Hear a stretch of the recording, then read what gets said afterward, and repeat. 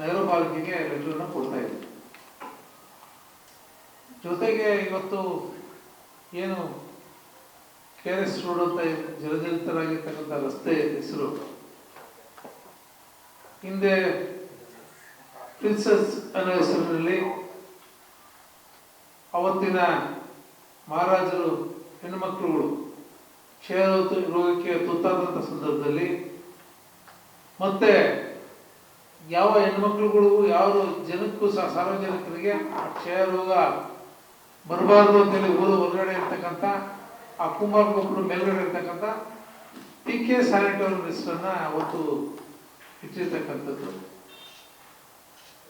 ಅದು 3 ಎಕರೆ ಜಮೀನನ್ನು ಸಹ ಮಹಾರಾಜರು ಕೊಡುಗೆಯಾಗಿ ಕೊಟ್ಟು ಇಟ್ಟಿದ್ದಾರೆ.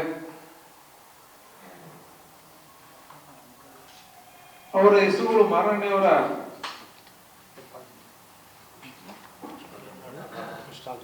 ಕೃಷ್ಣರಾಜಮ್ಮಣ್ಣಿ ಚೆಲುವಂಬ ಮಣ್ಣಿ ಅಂತ ಹೆಸರಲ್ಲಿ ಆಸ್ಪತ್ರೆಯನ್ನು ನಿರ್ಮಾಣ ಮಾಡಿದ್ರು.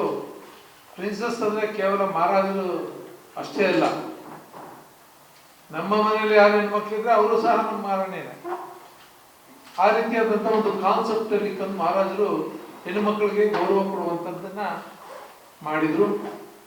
ಇವತ್ತಿನ ಪತ್ರಿಕಾಗೋಷ್ಠಿಗೆ ನಮ್ಮ ಗ್ರಾಮಾಂತರ ಜಿಲ್ಲಾ ಅಧ್ಯಕ್ಷ ಆಗಿರ್ತಕ್ಕಂಥ ಮಹೇಶ್ವರಗೂ ಸಹ ನಾನು ಸ್ವಾಗತವನ್ನು ಬಯಸ್ತೇನೆ. ಮಾಡಿದಂಥ ಸಂದರ್ಭದಲ್ಲಿ ಆ ರಸ್ತೆಗೆ ಮೊದಲಿಂದು ನೇಮ್ ಇದೆ. ನಗರ ಪಾಲಿಕೆಯಲ್ಲಿ ಒಂದು ಸಲ ನಾಮಕರಣ ಆದಂಥ ರಸ್ತೆಗಿರ್ಬೋದು, ವೃತ್ತಗಳಿಗಿರ್ಬೋದು, ಬೇರೆ ಹೆಸರನ್ನ ಮತ್ತೆ ಮತ್ತೆ ಇಡೋಕೆ ಸಾಧ್ಯ ಇಲ್ಲ. ಇಲ್ಲಿ ರಾಜ್ಯದ ಮುಖ್ಯಮಂತ್ರಿಗೆ ಗೊತ್ತೋ ಏನೋ ನಂಗೆ ಗೊತ್ತಿಲ್ಲ. ಅಲ್ಲಿ ಸ್ಥಳೀಯ ಶಾಸಕರೊಬ್ಬರು ಆ ರಸ್ತೆಗೆ ಸಿದ್ದರಾಮಯ್ಯ ಆರೋಗ್ಯ ರಸ್ತೆ ಇರ್ತಕ್ಕಂಥದ್ದನ್ನ ಟೈಟ್ಲ್ ಅವರೇ ಕೊಟ್ಬಿಟ್ಟಿದ್ದಾರೆ. ಈಗಾಗಲೇ ಇರ್ತಕ್ಕಂಥ ರಸ್ತೆಗೆ ಹೆಸರಿರ್ತಕ್ಕಂಥ ರಸ್ತೆಗೆ ಮತ್ತೆ ಮರುನಾಮಕರಣ ಮಾಡೋದು ಹೇಗೆ? ಸನ್ಮಾನ್ಯ ಮುಖ್ಯಮಂತ್ರಿಗಳು ಮೈಸೂರಿನವರು, ಬಹಳ ಸಂತೋಷ, ನಮ್ಮ ಜಿಲ್ಲೆಯವರು.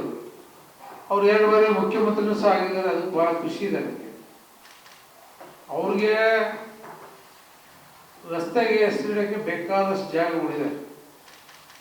ಬರೀ ಹೆಸರಿಡೋದಲ್ಲ, ನಮ್ಮ ಮೈಸೂರವರು 2 ಬಾರಿ ಮುಖ್ಯಮಂತ್ರಿ ಆದರೂ ಮುಖ್ಯಮಂತ್ರಿನೇ ಆಗಿಲ್ಲ, ಇವರೇ ಆಗಿರೋದು.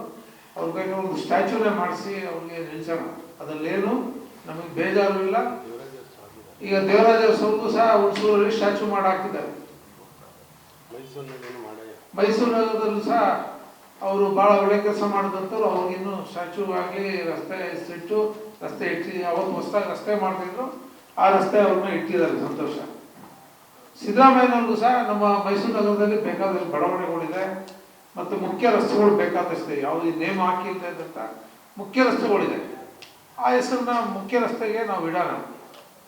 ಮತ್ತೆ ಒಂದು ವಾಡಿಕೆ ಅಂದರೆ ಬದುಕಿದಾಗ ಯಾರ ಹೆಸರನ್ನು ಸಹ ಇಡೋದಿಲ್ಲ, ಯೂಸಲ್ ಆಗಿ ಇಡೋದಿಲ್ಲ. ಅವರು ಆದ ನಂತರದಲ್ಲಿ ಅವರ ಕಾಲಾವಧಿಯ ಮುಗಿದ ನಂತರದಲ್ಲೂ ಸಹ ಹೆಸರನ್ನು ಇಡುವಂಥದ್ದು ವಾಡಿಕೆ ಇದೆ, ಅದು ಸಹ ಇದೆ. ಆದರೆ ನಮ್ಮ ಒತ್ತಾಯ ಇರ್ತಕ್ಕಂಥದ್ದು ಇಷ್ಟೇ, ಆ ರಸ್ತೆಗೆ ಅವ್ರ ಹೆಸರು ಬೇಡ. ಯಾಕಂದ್ರೆ ಈಗಿರ್ತಕ್ಕಂಥ ಅವ್ರ ಕೊಡುಗೆ ಇದೆ ನೋಡಿ. ಸ್ಟಾರ್ಟಿಂಗ್ ಆದ ತಕ್ಷಣ ಅದು ನಮ್ಮ CFT ಸಿಗುತ್ತೆ, ರೈಲ್ವೆ ಮ್ಯೂಸಿಯಂ ಸಿಗುತ್ತೆ, ವಾಣಿ ವಿಲಾಸ್ ವಾಟರ್ ಸಪ್ಲೈ ನಮ್ದು ಸಿಗುತ್ತೆ. ಆ ರಸ್ತೆಗೆ ಈಗ ಆಲ್ರೆಡಿ ನೇಮ್ ಇರೋದ್ರಿಂದ ಈ ನೇಮನ್ನ ಮತ್ತೆ ಸಿದ್ದರಾಮಯ್ಯನವ್ರ ಹೆಸರನ್ನ ಇಡೋದು ಬೇಡ ಅಂತಕ್ಕಂಥದ್ದನ್ನ ಸಾರ್ವಜನಿಕರು ಹೇಳ್ತಾ ಇದ್ದಾರೆ. ನಮ್ಮ ಒತ್ತಾಯನೂ ಸಹ ಅದೇ ಆಗಿದೆ. ಮತ್ತೆ ಬಹುಶಃ ನನಗನ್ನಿಸ್ತದೆ ಮುಖ್ಯಮಂತ್ರಿಗಳು ಇದನ್ನು ಗಮನಿಸಿದಾರೆ ಗೊತ್ತಿಲ್ಲ, ಬಹುಶಃ ಇದನ್ನು ಅವರು ಸಹ ಒಪ್ಪಲ್ಲ ಅಂತ ನನ್ನ ಭಾವನೆ.